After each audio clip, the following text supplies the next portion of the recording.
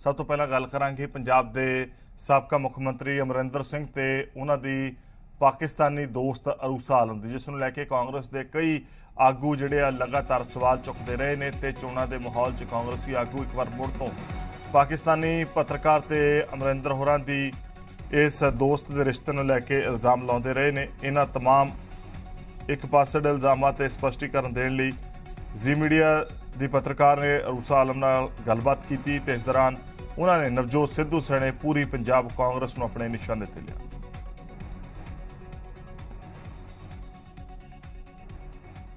अरूसा आलम जी, आपका बहुत बहुत स्वागत है जी न्यूज़ पर। और कुछ सवाल है मेरे, जो पंजाब चुनाव यहाँ चल रहे हैं तो पूछना बहुत ज़रूरी है।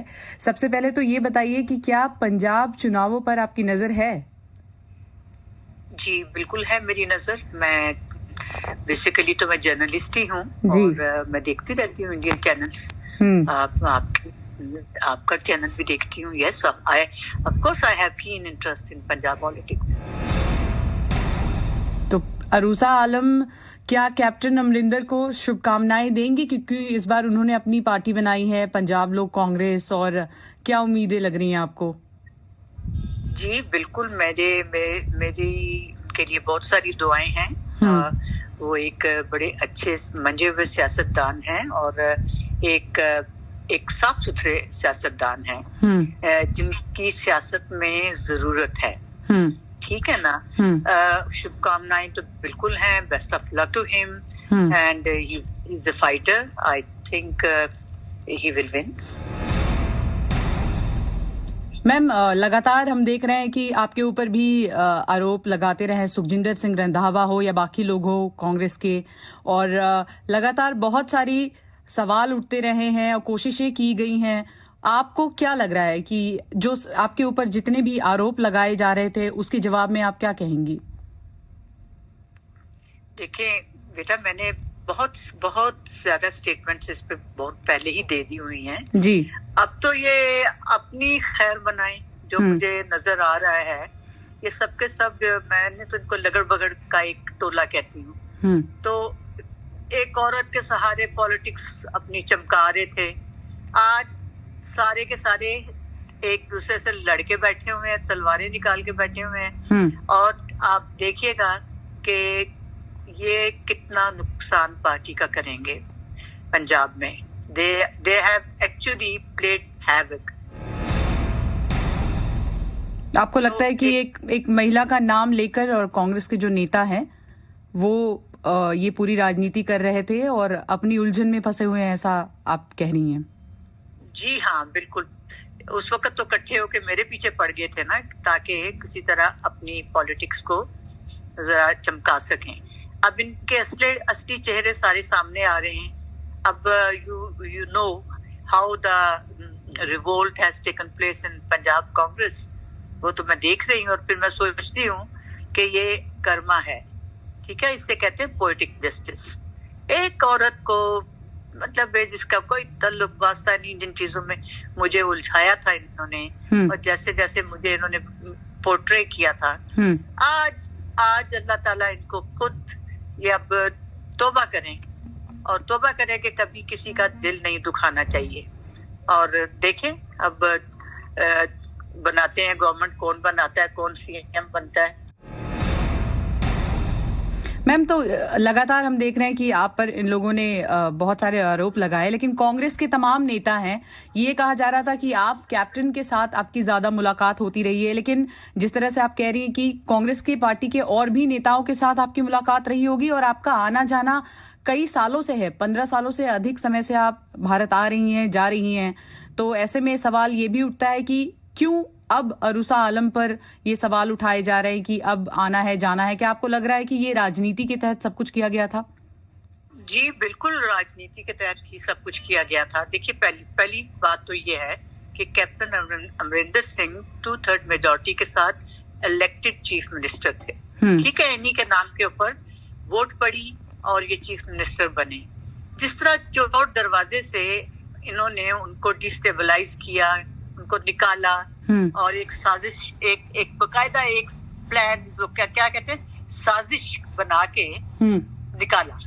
ठीक है, और एक आदमी को चन्नी को लाके बैठा दिया।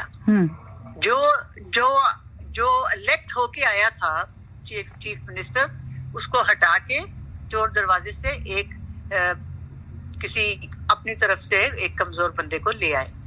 अब चूंकि इनके दिल में मैल था, इनका दिल काला था, इनकी नीयत खराब थी, तो अब इनको कोई ना कोई रास्ता तो ढूंढना था ना कि क्या करें कि कैप्टन की इज्जत जो है वो अवाम की नजरों में बहुत नीचे हो जाए, किस तरह जस्टिफाई करें जो हरकत हमने की है अनडेमोक्रेटिक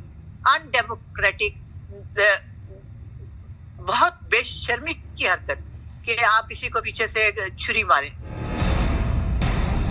आपको लगता है कांग्रेस ने छुरी मारा है कैप्टन अमरिंदर सिंह पे और इसीलिए ये सब कुछ हुआ है? ऑफकोर्स आप क्या समझती हैं? अब उन्होंने अपना जो इतना भोंडा इन्होंने साजिश जो की थी, सबने मिल मिला के, सबके अपने अपने वेस्टेड इंटरेस्ट थे, किसी का कोई पार्टी के साथ या पंजाब के साथ इंटरेस्ट नहीं था।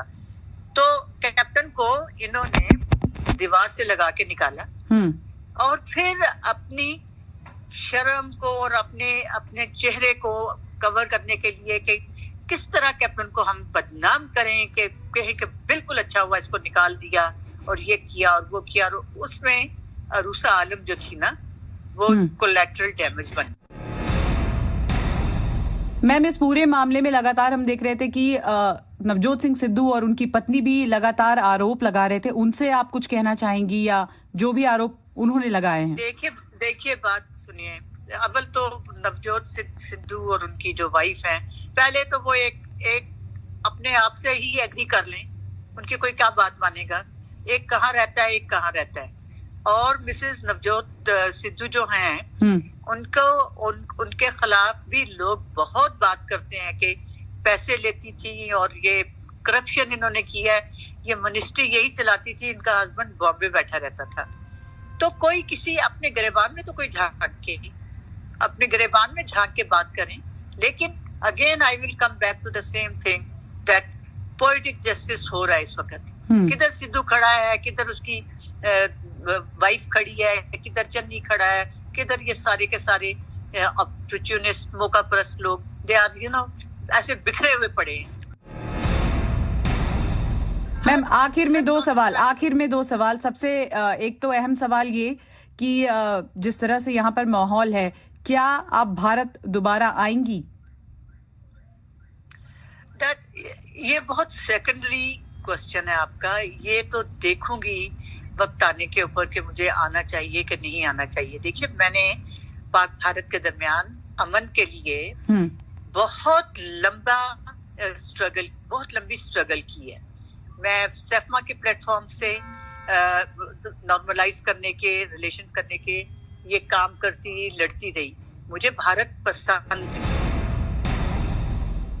अच्छा, ये बता दीजिए, अगर कैप्टन अमरिंदर जीतते हैं और अगर वो आपको बुलाते हैं तो क्या आप आएंगी? क्योंकि जब मुख्यमंत्री बने थे नहीं वो देखिए बात सुनिए, मुख्यमंत्री बने ना बने वो मेरे एक बहुत अच्छे दोस्त हैं, वो जब मुझे इनवाइट करेंगे मैं जरूर आऊंगी।